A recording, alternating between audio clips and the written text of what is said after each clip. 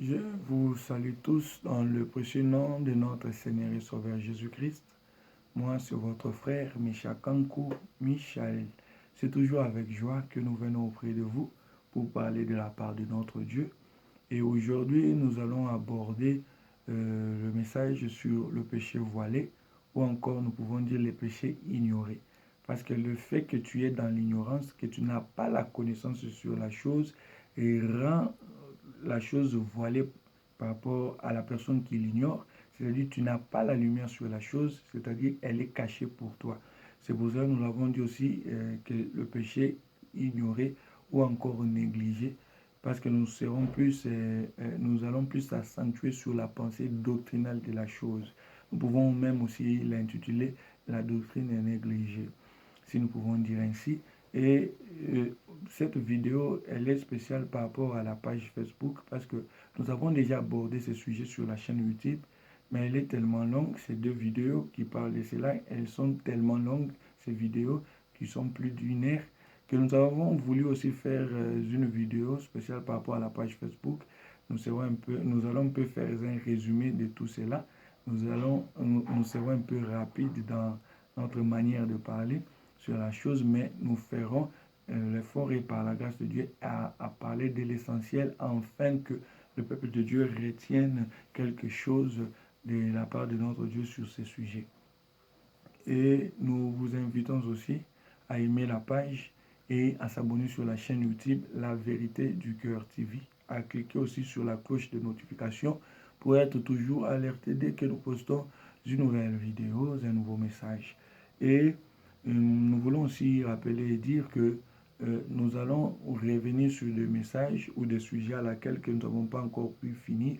Et sur ces vidéos, on disait que nous allons continuer et que nous n'avons pas encore pu donner de partie qui suivait ou la suite des messages que nous avons pu parler autrefois, comme le Setson, nous ne l'avons pas fini, le ministère de la parole, le langage de Dieu. Il y a plusieurs sujets à laquelle que nous avons pu aborder, mais que nous n'avons pas fait sortir tout ce que Dieu avait mis au-dedans de nous. Nous prendrons toujours par la grâce de Dieu, nous reviendrons tous sur ces sujets-là, sur ces thèmes-là, et nous mettrons dans la table tout ce que Dieu a mis au-dedans de nous. Nous n'allons pas dire que nous allons mettre un point.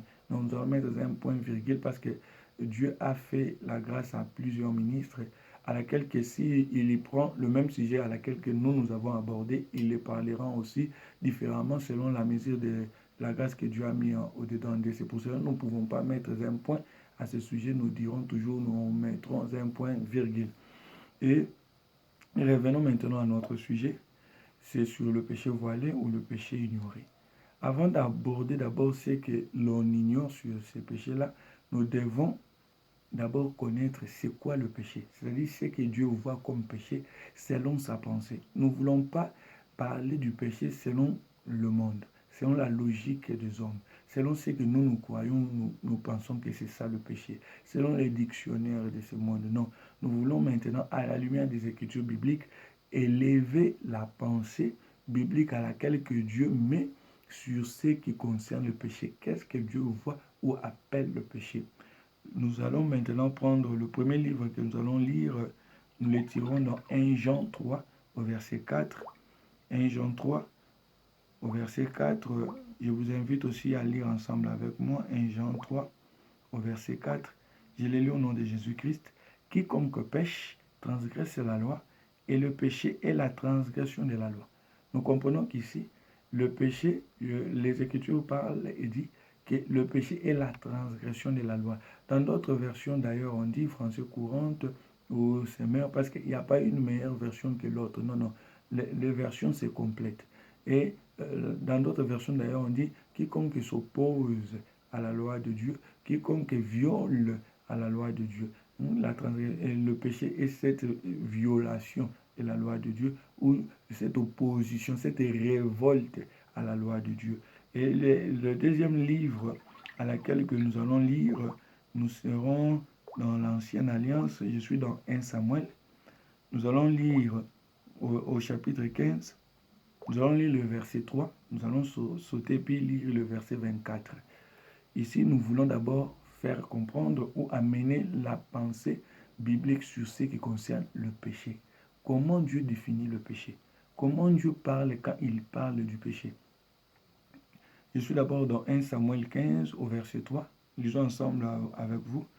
Va maintenant, frappe Amalek et dévoue par interdit tout ce qui lui appartient. Tu ne l'épargneras point, et tu feras mourir hommes et femmes, enfants et nourrissons, bœufs et brebis, chameaux et ânes. Je saute et je lis le verset 24. Alors Saoul dit à Samuel, j'ai péché. Maintenant il dit, il a péché pourquoi? Car j'ai transgressé à l'ordre de l'Éternel. Je n'ai pas obéi à tes paroles. J'ai craigné le peuple, j'ai écouté sa voix. Vous comprenez que Saoul n'avait pas à écouter le parole du ministère. Parce que Samuel représente le ministère. Il n'a pas écouté le parole du ministère et il a désobéi à cela. Et quand nous parlons du ministère, il ne faut pas voir un ministre. Non, le ministère, c'est Dieu lui-même. Le ministère, c'est le Seigneur Jésus-Christ lui-même. C'est lui le premier à être dans le service. C'est lui le premier à être ministre. Quand nous parlons du ministère, il faut voir la personne du Christ, la personne de notre Seigneur Jésus-Christ. Il ne faut pas voir identifier le ministère à une personne. Non, non, non. Le ministère, c'est Dieu lui-même. Et le ministère a parlé. Et voilà que Saoul avait désobéi à la voix du ministère. Il craignait le peuple, il a écouté sa voix. Et la Bible nous dit qu'il a péché. Pourquoi? Car il a transgressé à l'ordre de l'Éternel.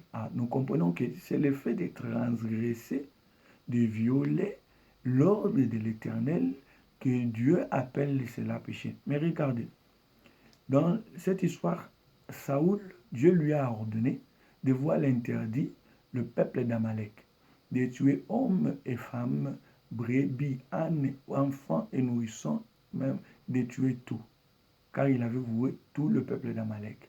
Mais voilà que Saoul, au lieu de tuer tout, il a conservé, il a gardé le roi et il a gardé des meilleures brebis, des brebis gras. Et puis il a gardé cela pourquoi? Il voulait partir pour offrir cela à l'Éternel. Or, l'offrande n'est pas interdite à la loi. Et puis l'offrande à laquelle que Saoul a voulu faire, c'est l'offrande qui respectait la loi. Parce que la loi disait de ne pas offrir à Dieu des choses chétives. Et Saoul aussi avait enlevé tout ce qui était chétif. Il avait pris que ce qui est meilleur. C'est par rapport à la loi aussi de Dieu. Ce qu'il fait là. L'offrande là était conformément à ce que Dieu dit en ce qui concerne le meilleur. Parce que si tu offres à Dieu ce qui est chétif, c'était aussi une désobéissance. Et Saoul a pris ce qui est meilleur pour aller offrir à Dieu, mais cela était une transgression par rapport à ce que Dieu lui avait dit, car Dieu avait voué tout le peuple d'Amalek. Vous voyez déjà que ce mouvement, le péché n'est pas selon la logique. Voilà que ici, l'offrande à laquelle que Saoul a fait, il les tire dans la loi de Dieu, mais le fait qu'il les fasse en ce moment-là devient un péché parce qu'il a eu l'ordre de l'Éternel de tuer tout le peuple d'Amalek. Maintenant, vous allez voir que Exode 23 nous dit encore, quand Dieu donne la loi, les 10 commandements, il dit dans Exode 23, tu ne tueras point. Mais c'est ce même Dieu qui a dit, tu ne tueras point, il dit à Saoul de tuer. C'est-à-dire le même acte de tuer, ici, ça devient péché, et là, ce n'est pas un péché. Vous allez voir Moïse, quand il a vu un Égyptien faire souffrir son frère juif, Moïse est venu et a tué cet Égyptien. La Bible ne l'appelle pas un péché. La Bible ne soulève pas cela un péché. Mais voilà, quand il a rencontré deux de ses frères qui se chamaillaient encore, Moïse est venu pour intervenir, pour les séparer. Un d'eux a dit, tu veux encore me tuer comme tu as tué cet Égyptien? Moïse a fui. Parce que dans la logique du monde, dans la logique des Égyptiens, il voulait être condamné. Mais par rapport aux Écritures bibliques, Dieu n'a pas soulevé cela comme l'iniquité. Vous allez voir encore dans Exode 1. Dans Exode 1, Pharaon recommande aux sages femmes de tuer tout le mâle, tous les garçons qui vont naître de juifs. Mais ces sages femmes ne vont pas obéir à ce que Pharaon avait dit à cause de crainte de l'Éternel. La Bible d'ailleurs déclare cela, la crainte de l'Éternel. Mais tous ces mouvements-là, il n'y a qu'un acte qui s'est fait là-bas ou qui est manifesté là ou qui est exercé là-bas, c'est tuer. Vous allez voir que ici tuer est un péché, ici tuer n'est pas un péché, ici tuer redevient un péché. Mais nous sommes tous dans la parole de Dieu. C'est pour cela le péché, il ne faut pas la définir selon la logique des hommes. Le péché, il ne faut pas la voir comme les hommes voient ou appellent le péché. Péché. Regardez. Dieu, d'ailleurs, c'est dans Jérémie 38. Vous allez voir le roi Sédécias. Vous pouvez lire tous les livres de Jérémie 38. Vous allez voir, le roi Sédécias appelle le prophète Jérémie et lui dit de lui dire ce qui est de la part de Dieu. Et Jérémie lui a dit, livre-toi au roi de Babylone et tu sauveras ta vie et la vie de ta famille. Mais le roi, il lui avait dit que si je me livre au peuple de Babylone, j'ai peur et je crains ces peuples de Juifs qui sont déjà captifs là-bas en Babylone, ils vont me faire du mal. Vous allez remarquer que lorsque l'homme craint les hommes, il pêche. Mais lorsqu'il craint l'Éternel, il obéit. Même Saoul s'est retrouvé parce qu'il a craint le peuple.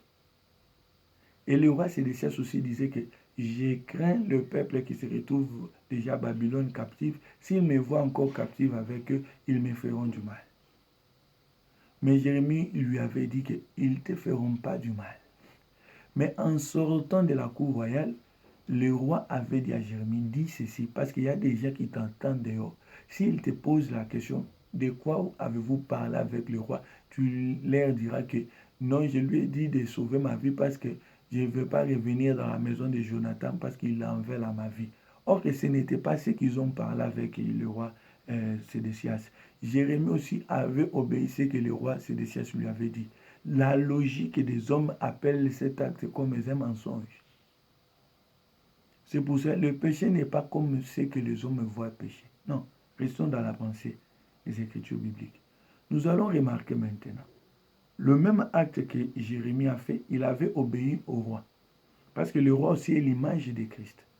Mais regardez encore, que le mage, dans Matthieu 2, quand Hérode leur envoie d'aller prendre des informations là où est né le Seigneur Jésus-Christ, les mages n'ont pas obéi à ce que le roi Hérode les avait dit. Ici, ça devient le contraire. Là-bas, Jérémie a obéi à ce que le roi a parlé. Ici, les mages n'ont pas obéi à ce que le roi Hérode aussi les a parlé. Et c'est ce mouvement-là. Et nous allons comprendre que la parole de Dieu est liée au temps. De même que le péché aussi est lié au temps. Regardez. Dans Genèse 1, c'est la parole de Dieu qui marche dès le premier jour jusqu'au septième jour. Mais la parole à laquelle que Dieu parle au premier jour n'est pas la même parole que Dieu parle au deuxième jour, mais c'est la parole toujours de Dieu. La parole que Dieu parle au deuxième jour n'est pas la parole que Dieu parle au troisième jour, mais ça demeure toujours la parole de Dieu. La parole de Dieu est liée au temps. C'est pour cela Matthieu 24, 45 nous dit d'ailleurs que le serviteur fidèle et prudent donne la nourriture au temps convenable. La parole de Dieu, comme la parole de Dieu est liée au temps, les péchés aussi sont liés au temps. Quand nous parlons du temps, il faut bien saisir la pensée que j'ai dit. Parce que vous allez voir, l'acte tué, Saoul, quand il exerce, il obéit à Dieu.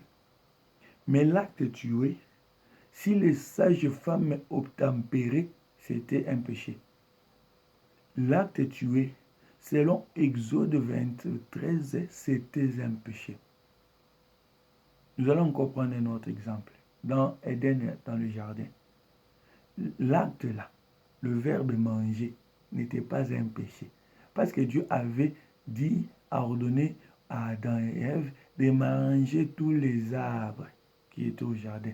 Mais ce qu'il les avait interdits, c'est seulement l'arbre du connaissance du bien et du mal.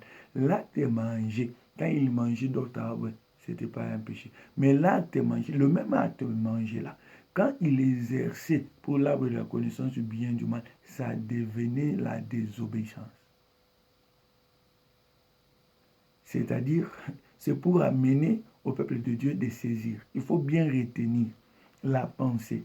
Parce que c'est donné à nous, l'Église de Dieu, de connaître ce quoi que Dieu appelle péché. Il ne faut pas parler du péché comme tout le monde. Non. Il ne faut pas parler du péché comme le monde. Non. Le péché est lié au temps. De même que la parole de Dieu est liée au temps.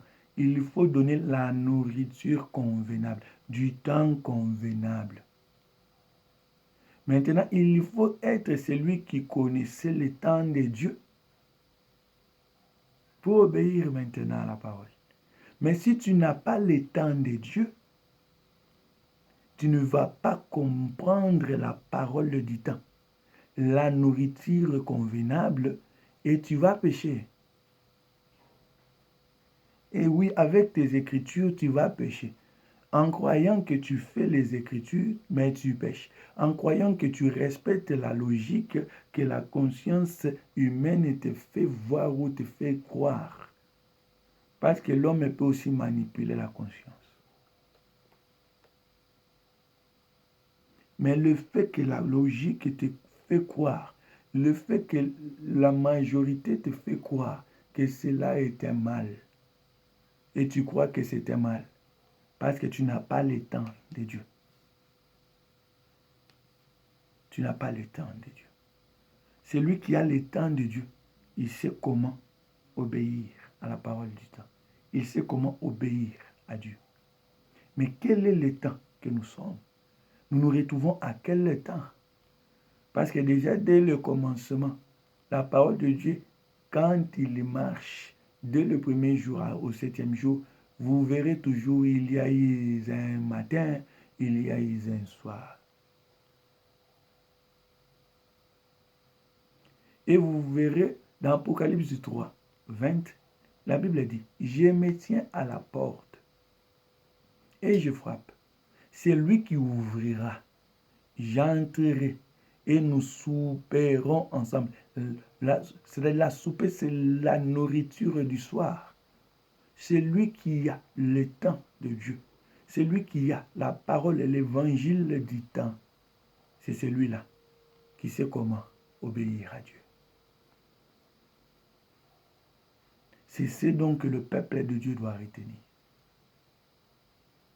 Jean 1, 17 dit, Moïse est venu avec la loi, mais notre Seigneur est venu avec la grâce et la vérité. C'est ce même Dieu qui a parlé au temps de Moïse, œil pour œil. Et maintenant, regardez ce que le Seigneur Jésus-Christ dit. Et moi aussi, j'ai dit. C'est la parole du temps. Il vous est dit que si tu veux divorcer, écris une lettre de divorce. Mais moi aussi, je vous dis qu'au commencement, cela n'a pas été ainsi. Le Seigneur parle de l'évangile du temps. C'est ça la nourriture du temps. C'est pour cela, même dans la doctrine, c'est pour cela que nous avons dit que nous allons s'accentuer plus dans la pensée doctrinale de la chose. Vous allez voir des gens prendre l'huile d'olive, croyant que c'est l'huile de l'onction. Or que quand vous regardez même dans la loi, l'huile d'onction était le mélange de 5 plantes. Ce n'était pas l'huile d'olive. Croyant que tu crois seulement le mot l'huile et tu cherches à oindre aux gens et tu crois que tu as la parole du temps et tu crois que c'est ça même la parole de Dieu, tu es en train de pécher doctrinalement. c'est un péché que tu ignores. Ça demeure autant un péché. Le peuple de Dieu doit le savoir. La parole de Dieu parle sur la Sainte Seine. Sur la Sainte Seine, vous verrez les gens négligés. C'est pour ça que nous l'avons dit, nous pouvons même l'intituler la doctrine négligée. Les gens négligeaient la Sainte Seine. Les gens le prennent n'importe comment. Or que la doctrine cache une pensée au-dedans d'eux. La doctrine cache une pensée au-dedans d'eux. C'est-à-dire au-dedans de cet acte. Le fait que nous allons pour être baptisés d'eau, l'eau qui représente la parole de Dieu, le fait d'être submergé dans l'eau, c'est-à-dire que la parole de Dieu tue cet vieil homme, cet homme du passé que tu étais, parce que la parole de Dieu est une épée aussi. Et quand tu sors comme une personne ressuscitée, une nouvelle personne. Le fait de dire que j'ai seulement écouté la parole de Dieu, ça me suffit. À quoi me sert le baptême et d'aller dans l'eau et je pars me baptiser? Ça me sert à quoi? C'est déjà le fait de négliger la doctrine. C'est le fait de ne pas comprendre, d'ignorer le sens de cet acte. Parce que la doctrine manifeste la foi que nous avons face à la parole que nous écoutons. La doctrine, c'est la vie de la parole que nous enseignons. Qu'on ne nous amène pas un enseignement que tu ne peux pas être baptisé, le fait que tu écoutes les choses de Dieu sont spirituelles. Alors si elle est spirituelle, pourquoi tu ne trompes pas? C'est physiquement ou c'est spirituel? Quand quelqu'un vole, c'est spirituel ou c'est spirituel ou c'est physique aussi. Dans les choses de Dieu, nous avons la forme, nous avons aussi le fond. Excusez-moi, nous avons la forme et nous avons aussi le fond. Et nous voyons que des gens négligent beaucoup la forme. La forme, c'est ça même la doctrine plutôt. Vous allez voir la Sainte Seine, des gens le prennent de n'importe quel temps. Or que nous venons de le dire, que l'Éternel est devant la porte, il se tient, il frappe. Il se tient et celui qui ouvre, ils y souperont, c'est la nourriture du soir. La Sainte Seine se prend toujours au coucher du soleil. Ça a un sens. Ça se prend toujours le soir. Parce que nous sommes le peuple du soir. L'Église est le peuple du soir. Même dans la parabole de Vierge femme sage et folle, où c'était au milieu de la nuit que l'on cria que voici l'époux. C'était au milieu de la nuit. Et la nourriture que nous prenons, qui est la parole de Dieu, nous les prenons au temps du soir. C'est pour cela, dans cette forme, dans cette pensée symbolique, parce que la doctrine cache la force ou la puissance de la parole de Dieu symboliquement. Pourquoi quand nous prions, nous nous prosternons? C'est un mouvement symbolique, c'est la forme. Mais cette forme cache le fond, que nous sommes au devant de celui qui est supérieur à nous. C'est pour cela que nous nous prosternons dans notre prière. C'est ça la doctrine. La négliger ou l'ignorer, c'est un péché. La Sainte Seine est un pain sans levain. Il ne faut pas prendre de pain que vous prenez dans la boulangerie, n'importe quel pain, vous venez donner au peuple de Dieu. Pourquoi cette négligence face à la doctrine? Croyez-vous que c'est inutile? Prenons un peu des exemples sur les choses de la vie quotidienne que nous vivons. Prenons des exemples qui vont nous amener un peu à comprendre ces choses. Même dans le monde des juristes, prenons un peu des exemples simples. Pourquoi des juristes portent un toge? Est-ce qu'un juriste qui n'a pas de toge, ça enlève au-dedans de lui la connaissance qu'il a de la loi ou du droit? Non. Mais un juriste qui ne porte pas le toge, selon leur loi, selon leur discipline, il ne défendra pas son client. Et oui, à cause seulement du toge, c'est la forme de la chose. Bien que la toge a aussi un sens caché, pour eux, ça dépend du pays, cette loi. Mais vous allez voir qu'il porte des toges. Est-ce que le juge, sans toge, il n'est plus juge, ou sans toge, ça l'enlève la façon de juger, ou bien ça l'enlève l'intelligence ou la grâce ou le discernement de juger les choses? Non. Mais pour autant, il y a une loi disciplinaire et symbolique qu'ils ont de porter la toge. Et il doit le porter. Et s'il ne les porte pas, il y a des sanctions qui s'en suivent. Même pour l'armée, nous voyons que l'armée, que ce soit à la police ou chez des soldats, ils ont leur manière de saluer. C'est leur forme de la salutation. Celui qui ne le fait pas à son supérieur, il est sanctionné. Ça n'enlève pas en lui les techniques de la guerre. Ça n'enlève pas en lui la manière de manier les armes. Il peut avoir cette connaissance, ces techniques, mais le fait de ne pas saluer, comme les réformes disciplinaires ou bien leur forme de l'armée leur indique de saluer, parce que les soldats ou la police ne saluent pas comme tout civil. Ce sont des lois sur la forme, sur la discipline. Mais pourquoi dans les choses de ce monde, des gens les comprennent facilement, mais dans les choses de Dieu, ils ne comprennent pas? Pourquoi le diable voile vos cœurs en cela?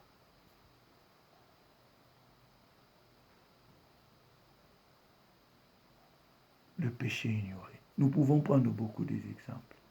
Même de médecins. Nous les voyons, ils portent leur habit médical, leur toge de médecin avant de faire la chirurgie ou opérer. Ça a une pensée derrière cela. Il doit le mettre. C'est leur loi. Même à l'école où, quand nous étudions, on nous donnait des uniformes. Ça n'enlève pas l'intelligence ou la sagesse que tu as. Ce sont des lois sous la forme. Ce sont des lois disciplinaires, symboliques. Les gens négligent la doctrine. Les gens négligent la doctrine. Il y a beaucoup à parler sur ces sujets. Je vous invite, si vous voulez encore plus ça accentuer, approfondir le message, ce que nous venons de dire. Nous l'avons déjà dit dans des vidéos que nous avons postées sur YouTube. Vous pouvez aller sur la vérité du cœur TV. Vous allez voir en long et en large. Nous avons abordé sur ces sujets et nous avons même continué à parler encore plus des exemples à laquelle que les enfants de Dieu négligent. C'est-à-dire quand un enfant de Dieu ne trouve pas d'importance à la chose, il dit, ah, est-ce que si je mange les pains comme ça, même les pains qui viennent de la boulangerie, c'est seulement ce que, c'est-à-dire l'esprit que j'ai, seulement que je mange le corps du Christ, ça suffit. Non, il faut respecter la forme. Il faut que ces pains soient sans levain. Il faut la prendre au coucher du soleil. Ça a un sens. Parce que le corps du Christ, c'est ça la parole de Dieu que nous écoutons, que nous mangeons chaque fois. Et nous le mangeons au temps du soir. Ça a une importance. La négliger est un péché. Oui, ça paraît petit, ça paraît rien du tout. Parce que quand tu manges, ça ne changera pas d'un goût dans ta bouche. Mais il faut le savoir. Ne pas obéir à la vérité rend déjà l'acte que tu fais une incrédulité. Et sache-le que les incrédules n'hériteront pas le royaume de Dieu. Vraiment, je vous invite à continuer le message. Nous avons voulu, pour ne pas être long, je ne sais pas combien de temps que nous avons déjà pu faire sur ces messages à laquelle que nous venons d'aborder, mais nous croyons que ce que vous venez d'écouter, Dieu va encore approfondir sa pensée au-dedans de vous. Méditez encore sur ce message. Priez aussi que Dieu vous aide, car vous ne pouvez rien faire sans lui. Mais la parole de Dieu nous dit que c'est avec Dieu que nous ferons des exploits.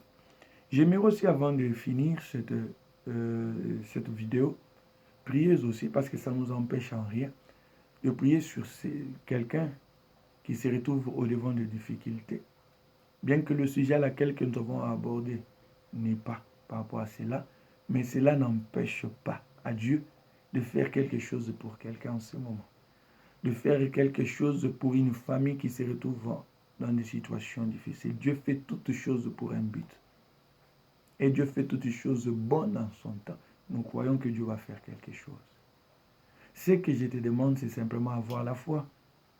La parole de Dieu dit que nous marchons selon la foi et non selon la vue. La vue te fera voir ma personne. Or que moi, je ne guéris pas. Et vois, c'est Dieu que je te présente en ce moment. Et je te demande simplement d'avoir la foi. Je ne sais pas ce qui te dérange. Mais ce que je déclare en ce moment, dans le nom de Jésus-Christ, que Dieu accorde sa grâce au devant de ta situation, peu importe la situation, maladie, difficulté, que ce soit au niveau de ton mariage ou de ton couple, de ton foyer, que ce soit au niveau de ton travail, de tes activités, je les déclare tout simplement au nom de Jésus-Christ, que la faveur de Dieu, que la bonté de Dieu te rencontre et te localise là où tu te retrouves et qu'il commence déjà à agir. Et comme la parole de Dieu dit, nous sommes témoins de ces choses. Tu dois être aussi témoin. Tu dois aussi témoigner la grandeur et la puissance de Dieu, parce que nous parlons pas d'un Dieu là qui demeure théorique, qui demeure un Dieu théorique. Non, non. Nous parlons d'un Dieu puissant, un Dieu qui accomplit des prodiges et qui accomplit aussi cela dans ta vie, dans le domaine dans lequel que tu as besoin de voir sa main. Je le déclare ainsi. Au nom de Jésus-Christ, soyez bénis abondamment. Au nom de Jésus-Christ. Amen.